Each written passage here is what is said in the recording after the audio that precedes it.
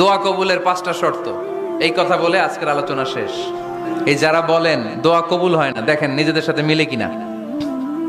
এই 5টা শর্ত যদি পাওয়া যায়, মুহূর্তেই আপনার দোয়া আরশে যে নক করবে। 1 নাম্বার শর্ত আকলুল হালাল, হালাল খাওয়া। কি খাওয়া? আমরা দুইটাই খাই, হালালও খাই হারামও খাই। বেশি খাই কোনটা? হ্যাঁ, কি খান? আমি কই নাই কিছু, আপনারাই কইছেন। নিজের উত্তরে নিজে ধরা না। হারাম খেলে তো দোয়া কবুল হয় না। লা ইয়াদখুলুল জান্নাতা জাসাদুন গুযিয়া বিল হারাম। ওই দেহ কখনো জান্নাতে যায় না যে দেহ হারাম খেয়ে বর্ধিত হয়েছে। কেন দোয়া কবুল হয় না? মিলিয়ে নেন নিজের জীবনের সাথে, জাস্ট একটু মিলিয়ে নেন।